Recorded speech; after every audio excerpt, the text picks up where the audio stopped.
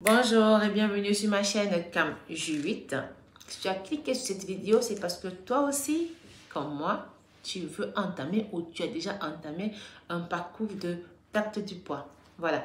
Donc, dans cette vidéo, je vais te présenter les 10 conseils, les 10 principes que moi j'ai pour pouvoir perdre du poids correctement et durablement. Petit disclaimer, je ne suis pas un médecin, je ne suis pas une diététicienne. Je suis juste une personne intéressée qui se documente sur comment perdre du poids de façon durable. Donc, si tu as des problèmes d'alimentation, si tu souffres d'anorexie, de boulimie, c'est pas moi qui vais te donner ce qu'il faut faire. Tu te rapproches d'un médecin et il saura sûrement t'aider. Voilà. Donc, je vais te présenter mes 10 conseils, les 10 choses que selon moi peuvent être la base d'une perte du poids correcte. Si de temps en temps tu m'as regardé vers le bas, c'est parce que j'ai pris de notes. J'ai écrit les conseils que je vais te partager, voilà, pour ne pas me perdre dans mes idées. Mon premier conseil, c'est la motivation. La motivation, pourquoi? Parce que si on veut perdre du poids, il faudrait que cette raison, que ce motif, selon moi, soit un motif personnel, qui vient de nous, qui nous touche nous. Il ne faut pas qu'on veuille perdre du poids pour les images de marketing qu'on voit, pour les images d'Instagram, de YouTube et tout le reste qu'on voit, parce que tout le monde est différent. On a notre histoire, on a notre personnalité, on a notre structure, on a notre être. Donc, on est différent. Il faut perdre du poids, selon moi, parce qu'on en a besoin, parce qu'on ne se sent plus bien dans la peau qu'on a. Parce que ce n'est pas tout le monde qui est en surpoids, qui n'est pas heureux. Ce n'est pas tout le monde qui est en surpoids, qui veut perdre du poids, en fait. Donc, il faudrait que tu veuilles, ou que je veuille perdre du poids, parce que j'en ai besoin moi. Et c'est la seule motivation qui va pouvoir nous tenir dans un long terme, dans ce parcours. D'accord? Donc, pour moi, la chose importante, c'est de perdre du poids pour soi-même. Moi, je perds du poids pour moi. C'est moi qui trouve que j'en ai besoin. J'ai besoin de m'habiller de cette manière et pour ça, il faudrait que je perde quelques kilos. Voilà. Mon deuxième conseil serait d'avoir des objectifs raisonnables. Il ne faudrait pas qu'on pense que si on a pris 20 kilos en 5 ans, en 2 ans, en je ne sais pas trop quoi, on va le perdre en une semaine, en un mois. Quelqu'un y arrive, mais après, je peux t'assurer que ton corps te le fait payer. Il faut être raisonnable. Il faut perdre du poids par palier. Tout doucement. Tout ce qu'on fait, on a dit, il y a un adage qui dit qui avance lentement, avance sûrement. Même dans la perte du poids, c'est le même principe. Tu perds du poids tout doucement, tu habitues ton corps à ce rythme de vie et tu ne le frustres pas, il reste constant aussi. Donc, fixe-toi des objectifs raisonnables. Ça te permettra de perdre du poids durablement, ça te permettra de ne pas flancher. Voilà. Parce que tu te dis, je pète 6 kilos en une semaine et tu n'y arrives pas, ça te décourage moralement. Donc, sois raisonnable dans ta décision de perte du poids. Voilà. Mon troisième conseil sera de ne pas se focaliser sur la balance. Il ne faut pas être celle-là qui tous les matins se réveille et va se peser. Il faut savoir que notre poids, surtout nous femmes, notre poids varie selon notre cycle menstruel. Si on est en période de pré-menstru, après-menstru, tout ça, ça change. On est plein d'hormones en fait. Donc, tu peux boire beaucoup d'eau lundi, mardi, tu en bois moins, ton poids, il change. Ça ne veut pas dire que tu as perdu du gras. Donc, la balance, c'est bien, mais on n'exagère pas. Moi, ce que je fais, c'est que je me pèse tous les lundis. Matin, même position, je m'habille même pareillement et je me pèse. En semaine, je ne calcule pas la balance. Que j'ai mangé un peu plus ou moins, je ne calcule pas. Donc, selon moi, si tu fais pareil, c'est bien. Tu laisses la balance de côté, tu ne te focalises pas dessus et tu progresses. Voilà. Mon quatrième conseil serait de te créer une communauté. C'est ce que moi j'ai fait. Ma chaîne YouTube a été créée de base pour partager mon parcours de perte de poids avec toi. Parce que le fait de partager me permet de me motiver parce que je sais que je vais te dire, je te rends des comptes entre guillemets. Je publie mon parcours sur YouTube, je le publie sur Instagram, je le publie sur TikTok et sur ma page Facebook aussi. Donc, je me suis créé une petite communauté qui évolue avec moi, qui regarde ce que je fais et pour moi, c'est ma source de motivation. Donc, toi aussi, si tu ne veux pas créer une chaîne YouTube, si tu ne veux pas forcément avoir une page, il faut entrer dans des groupes. Entre dans des groupes qui font la même chose que toi, des gens qui ont besoin et qui veulent aussi perdre du poids. La communauté sera ta base, ton soutien. Parce que la communauté, c'est ensemble.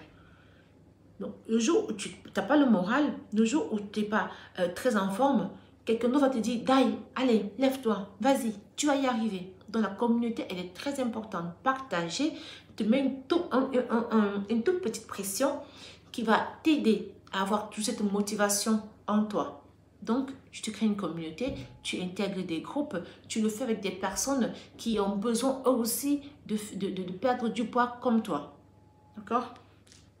Donc, mon 5e conseil, qui va être en liaison avec le 6e, c'est d'éviter de faire des régimes hypocaloriques. Je vais t'en parler dans une vidéo que je vais appeler les erreurs à ne pas commettre quand on veut perdre du poids. Le régime hypocalorique, c'est un mirage. C'est quelque chose que tu fais qui fonctionne sur le moment, mais que tu vas payer les conséquences.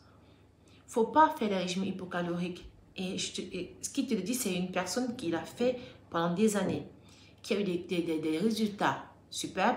Je vais t'embêter une photo. Mais dès que j'ai lâché prise, j'ai récupéré mes kilos. Ce n'est pas juste un dit comme ça. C'est réel. Tu fais des régimes hypocaloriques, tu vas en payer les conséquences. Donc, au lieu de faire des régimes hypocaloriques, apprends plutôt à bien manger. Et c'est mon 6e conseil. Tu manges sain. Tu apprends à constituer tes repas. Tu apprends à avoir tout ce qu'il faut dans ton plat. Avec des portions, moi, je ne pèse rien. Vraiment, je ne suis pas amie de manger en pesant, en comptant les calories. Je ne suis pas capable. S'il faut faire ça, vraiment, ça me démotive. Vraiment, je perds tout. Toute ma motivation, elle meurt là. Donc, moi, j'apprends, je lis, je visionne des documentaires, je visionne d'autres chaînes YouTube qui en parlent. Je vois comment les gens constituent le plat. J'essaie de voir si ce qui met dans le plat, c'est ce que moi j'ai appris. Et je prends exemple. Donc, j'ai changé ma manière de manger. Je ne mange plus que des éléments transformés. Je mange des éléments complets aussi. Mais je ne suis pas entrée dans l'extrême. Je ne suis pas devenue extrémiste parce qu'il y a des gens qui mangent que complet. Ça non plus. Parce que moi, j'ai un enfant. C'est vrai qu'il faut apprendre aux enfants à manger, mais il faut manger un peu de tout. Parce que si tu te renfermes dans un style de bouffe, le jour où tu changeras, c'est pareil. Tu auras l'effet contraire. Donc, on apprend à manger, on apprend à constituer ces plats. Je te fais voir là des photos de mes repas des semaines précédentes. Donc, je suis en train de m'avoisiner, je suis en train d'entrer dans ce mode de pensée-là. Comment manger, comment construire ce plat, c'est quoi les aliments qui sont plus acceptés, qui sont plus digérables, digestifs, on va dire, pour notre corps. Donc, tu manges des éléments complets, tu manges des éléments qui ont des fibres. Tu évites de manger du sucre, vraiment du sucre pur. Si pour prendre du sucre, il y en a du sucre presque dans tout ce qu'on mange. On a du sucre dans les fruits, on a du sucre, même il y a même des légumes qui ont un peu de sucre. On n'a pas forcément besoin de prendre du sucre ajouté. Moi, le café, j'ai appris à le boire sans sucre. Tu me l'aurais dit il y a 2 ans, je t'aurais dit non. Donc, mon café, je le bois sans sucre. Mon thé, je le bois sans sucre. Mon lait, je le bois sans sucre. Le sucre, je ne le mets nulle part. Mais je peux manger des éléments qui sont sucrés, ce n'est pas le souci. Vraiment, tu apprends à manger. Tu fais un rééquilibrage alimentaire. Si tu as besoin de conseils, tu te rapproches d'un diététicien qui va t'aider dans cette démarche-là. Voilà. Mon 7e conseil, c'est s'hydrater. Tu bois beaucoup d'eau. Assez. Donc, tu bois, d'après ce que moi j'ai compris, il faut boire entre 1,5 litre et 2 litres d'eau. C'est ce que je fais. Mais boire de l'eau m'a permis aussi de comprendre, de ressentir ma sensation de faim. Tu sais, je fais du jeûne intermittent.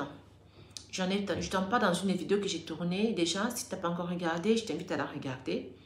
Faire du jeûne intermittent m'a permis à moi de comprendre quand j'ai soif et de comprendre quand j'ai faim. Avant, je ne savais pas. Avant, toute manifestation de mon estomac était liée à la faim. Donc, et je mangeais à tout bout de champ. Maintenant que je fais du jeûne hydrique, donc quand je jeûne, je bois de l'eau, ça me permet de comprendre quand j'ai soif et quand j'ai faim. Boire de l'eau va te permettre d'éliminer aussi plus facilement. D'accord? Donc, c'est important de s'hydrater. Tu t'hydrates 1,5 litre, 2 litres d'eau par jour, c'est le minimum. Après, j'ai appris quand tu prends trop d'eau, quand tu bois trop d'eau, tu peux perdre des sels minéraux. Donc, moi, je ne m'aventure pas dans ça. Je reste dans mes 2 litres d'eau et pour moi, ça suffit et ça fonctionne. Mon 8e conseil, ce sera de dormir à des heures régulières. Toujours pendant le jeûne intermittent, la seule semaine qui était la semaine dernière dans laquelle je n'ai pas pu atteindre mes objectifs, c'est parce que je n'ai pas dormi assez. J'étais stressée, je devais préparer la vidéo sur l'insuline que j'ai déjà publiée aussi. Si t'intéresse le rapport entre l'insuline et la perte du poids, tu peux la regarder. J'étudiais, parce que déjà de base je travaille 8 heures par jour, je suis maman d'un garçon, je suis maman solo, donc je suis occupée.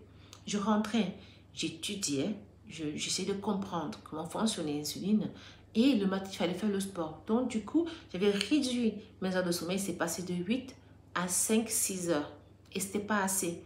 Du coup, cette semaine-là, je n'ai pas pu tenir mon objectif de faire du jeûne intermittent. Donc, j'ai mangé des fois en soirée. J'ai des fois eu de la peine à tenir les heures de jeûne. Et cette semaine-là, je suis restée, même pour faire du sport, j'ai eu de la peine.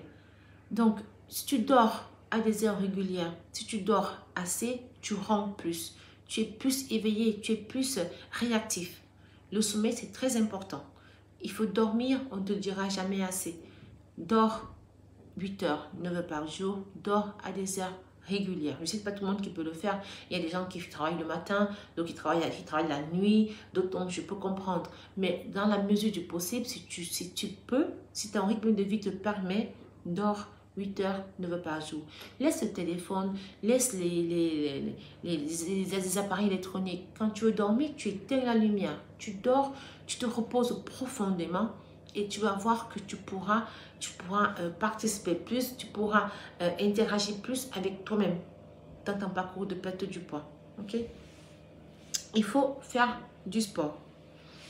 On ne te le dira jamais assez. Moi, c'est un élément aujourd'hui qui me fait sourire, faire du sport. Il y a de cela quelques années, je ne pensais pas pouvoir faire du sport ou aimer du sport. Aujourd'hui, je peux le dire, j'aime le sport. Je sais qu'il est mon ami. Je sais que c'est celui qui me permettra, j'espère, de vivre longtemps. C'est celui qui me permettra de ne pas récupérer mes kilos. Donc, tu fais du sport. Ce n'est pas forcément faire du sport intensif. Tu fais du sport, mais régulièrement. Tu peux faire juste 15, 20, 30 minutes à ton rythme. Tu ne te mets pas la pression. Tu fais du sport à ton rythme et tu le fais souvent. Ça va t'aider dans la gestion de l'insuline. Ça va t'aider dans la consommation de tes réserves. Ça va t'aider même dans ton humeur. Moi, quand je fais du sport, je suis plus heureuse. Je suis plus légère. Il n'y a que du plus en fait. Fais du sport et tu vas voir. Il n'y a pas un sportif il n'y a pas quelqu'un qui est sportif, selon moi. Hein. Il faut juste t'ouvrir l'esprit, croire en toi. Penser que toi aussi tu peux faire du sport comme ceux qui le font. Et puis, on n'est pas obligé de le faire exactement comme les autres. Comme moi, je fais mes challenges. Il faut voir mes vidéos. Je te l'ai dit, je le publie sur Instagram et sur Facebook. C'est à mourir de rire. Mais à la fin, j'ai transpiré. C'est ça l'objectif. Transpirer. Si sortir, aller faire du sport à l'air libre, tu n'es pas sûr de toi parce que peut-être on a des bourrelets, on n'a pas confiance en soi, tu le fais à la maison. Donc, fais-le comme ça te plaît, mais fais-le. D'accord? Mon dernier conseil sera de ne pas se couper du monde. Voilà. Il faut se faire plaisir. Tu te fais plaisir, c'est le seul ou sera un des moyens pour que tu le fasses durablement. Si perdre du poids te coupe du monde, que tu ne peux plus aller manger avec tes amis, Tu ne peux plus inviter des gens à manger chez toi. Vraiment, je ne sais pas combien de temps tu vas tenir. Il faut pas se couper du monde. Je te fais plaisir. Si tu veux manger un gâteau, tu manges un gâteau. Si tu veux boire des boissons, même si tu bois une boisson gazeuse, sincèrement, voilà. Mais c'est pas que tu vas la boire tous les jours. Il n'y a aucun aliment, selon moi, qui est notre ennemi dans la perte du poids. Il faut juste savoir comment les prendre. Moi, personnellement, les boissons gazeuses, j'en ai rien à cirer. Les boissons sucrées, vraiment, ça ne m'intéresse plus. Du moment où j'ai compris c'est quoi la relation entre l'insuline et la prise de poids, moi, je ne veux plus m'intoxiquer le corps. Donc, par exemple, les boissons sucrées, je ne les prends plus. Mais si on fait une soirée pizza, je ne me jeûne pas. Je vais manger ma pizza. Si on décide de manger du frit, je vais en manger. Mais je ne vais pas en manger tous les jours parce que j'ai appris à manger. Je sais comment faire quand je mange du frit, par exemple, si je mange des choses grasses. Je sais que ce n'est pas ça le problème. C'est la continuité qui va t'aider. D'accord? Donc, tu ne te coupes pas du monde. Voilà mes 10 petits conseils qui, pour moi, fonctionnent. J'ai commencé un parcours de perte du poids le 28 novembre. On n'est que le 13 janvier et j'ai perdu presque 7 kilos. Donc, je trouve que c'est un bon chiffre, que c'est cohérent avec ce que je suis en train, avec ce que je pense, avec ce que j'ai programmé. Donc, ce sera tout doucement. Là, j'ai introduit le sport. Je fais des challenges sportifs que je publie sur ma chaîne Instagram aussi. Si tu ne l'as pas encore visité, visite-la. C'est comme ma chaîne YouTube. Ça s'appelle CamJu8. Voilà. Si tu as regardé ma vidéo jusqu'ici, tu m'envoies très honorée. Je suis vraiment contente que notre communauté s'agrandisse. Toi, si tu me regardes, si tu n'es pas encore abonné, n'hésite pas, abonne-toi et active la cloche de notification pour ne pas m'arrêter mes prochaines vidéos. Si moi, ce que je fais te plaît, tu me mets un pouce bleu parce que le pouce bleu permet que YouTube propose mes vidéos à d'autres personnes comme toi qui auront fait la même recherche. D'accord? Moi, je te remercie d'être resté jusqu'ici. On se voit pour une prochaine vidéo dimanche prochain. Merci. Tu passes une bonne journée, un bon week-end à toi. Bye bye. Bye bye.